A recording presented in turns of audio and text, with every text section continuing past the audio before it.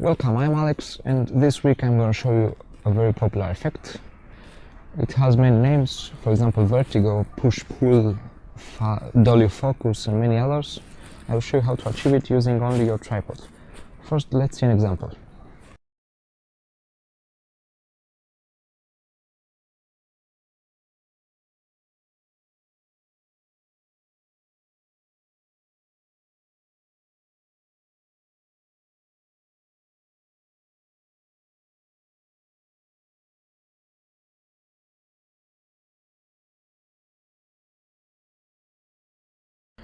Okay, so how this effect works.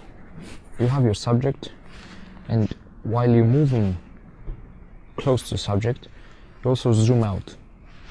Or there's the other alternative, where you move out from the subject with your feet, you zoom in.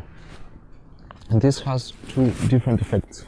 One is to move the background close to the subject, and the other is to distance the subject from the background. Now, this effect could be done without a tripod, but we need a steady movement so that you can learn the speed at which you move close or further away from the subject, because you also, it's relevant relative to the way you zoom in and out.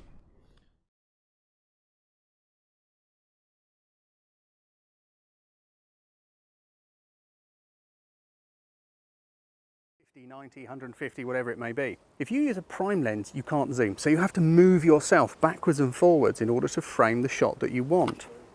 When you start controlling your focal length, you can control what the picture looks like, what's in it and what isn't.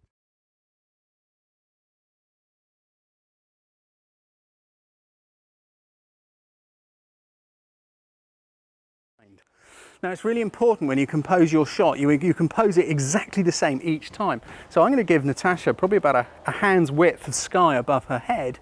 That's going to be the very top of the picture, and the bottom of the picture is going to be the seam at the top of her dress. That will be at the bottom of the frame each time. So first off, 10mm. Now I'm going to get right into your personal space here, Nat. So get the seam at the top of your dress and only a handful of sky. There it is. Oh no, there it is. Perfect. Now, zoom the lens. I'm going to double it to 20mm, do the same thing. Now that's made Nat come closer, so I've got to move back a bit. Now it's only subtle. There it is.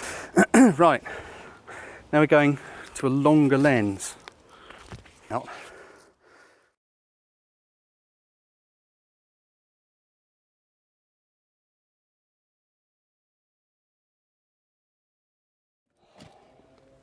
At 10mm. Here we go. Here you are at 10mm.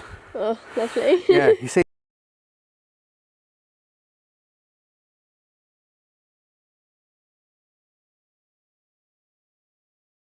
Now it's pulled Natasha's face forward. But look, I've got the bottom of the picture is the seam of the dress, top of the picture, about a handbreadth of sky.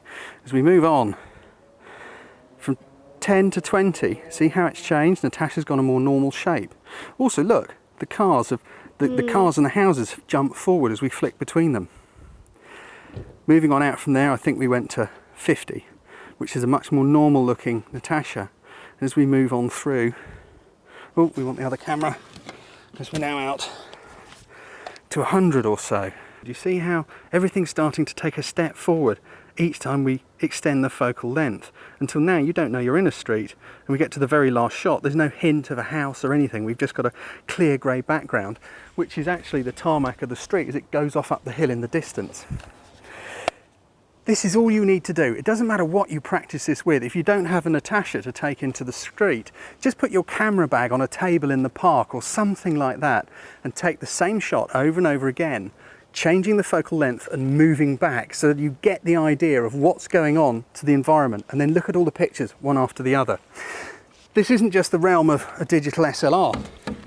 You could do the same thing with a little compact camera. Anything that has a zoom on it. If you're cycling along the seawall, you might not want to carry a monster like that.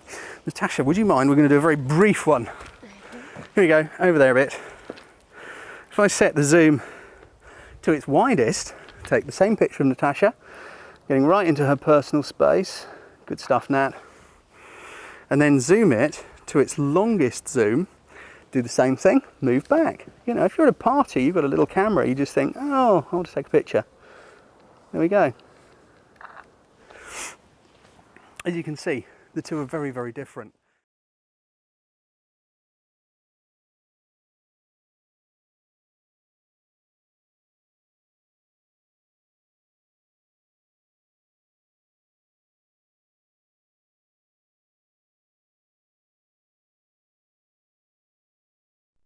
Right in the back. You cannot debunk this. Now what are you going to do? What are you going to do now? Huh? Everybody's trying to debunk my videos? Go ahead.